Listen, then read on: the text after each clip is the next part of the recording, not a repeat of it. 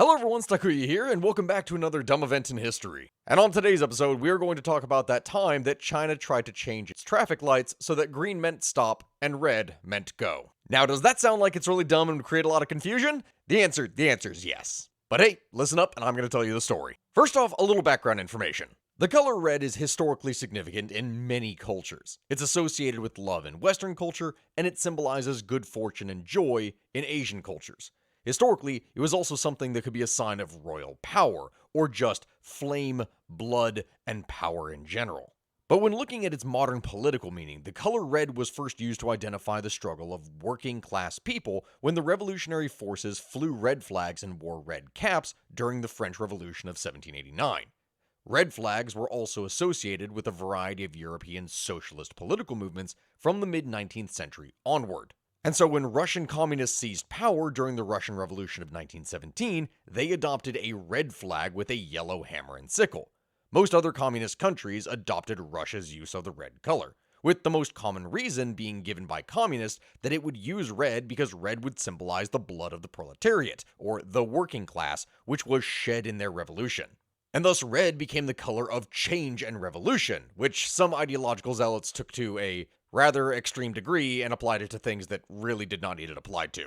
This would come about on the 24th of August, 1966, when you would have a group of Red Guards, which was the vanguard of China's new Cultural Revolution under the influence of Mao Zedong, where they decided to alter the course of history by inverting the use of traffic lights, where red would now mean go and green would be stop.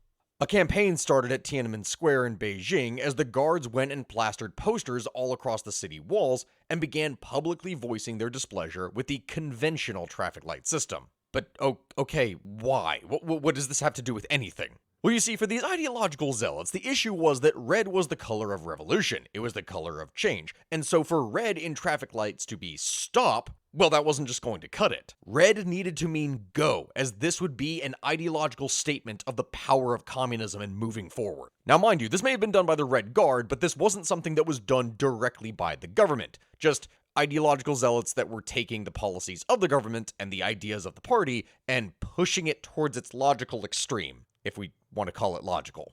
During the following days after starting the campaign, the city would be left in complete utter disorder and chaos. Guards were installed at almost every intersection throughout the city in order to try and enforce this new mandate that they had come up with. Beijing during the 60s was already fighting its own increasing population, which added fuel to the chaos. Because technically speaking, this wasn't a direct order by the government, and people had been doing it one way for so long that to suddenly change it like this was naturally going to create chaos, which gave us two different groups. You had a section of drivers and pedestrians that firmly believed in Mao's ideology, and so they followed this new order that they were being given and moved on red and stopped at green. Also, you had people that may not have actually believed in the policy, but they didn't want to get in trouble with the authorities, and so they did it. You could not be seen as a potential enemy of the revolution in China. The rest of the people didn't really know what to do, so they did nothing. And so with these two groups of people now on the road together, naturally over the course of the next several months, you would see a massive uptick in accidents,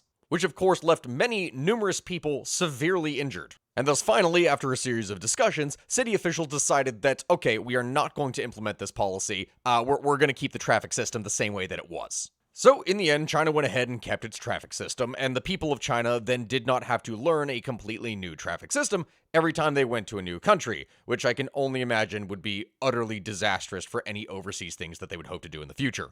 This is one of many dumb stories and events that came out of China during the Communist Revolution. I can only imagine that me telling those stories is going to put me on some kind of list where I am not going to be allowed to do anything in China in the future, no matter how much I want to travel. But hey, if that is something that is going to create an issue for me on this channel, then I would hope that you all would be able to support me. Make sure to like, comment, subscribe. Please let me know what it is that I can do in the comment section below for the next video. And if there are any more dumb events or stories or things that you want me to tell, please make sure to put them in the comment section below. Have a good rest of your day, and I will see you next time.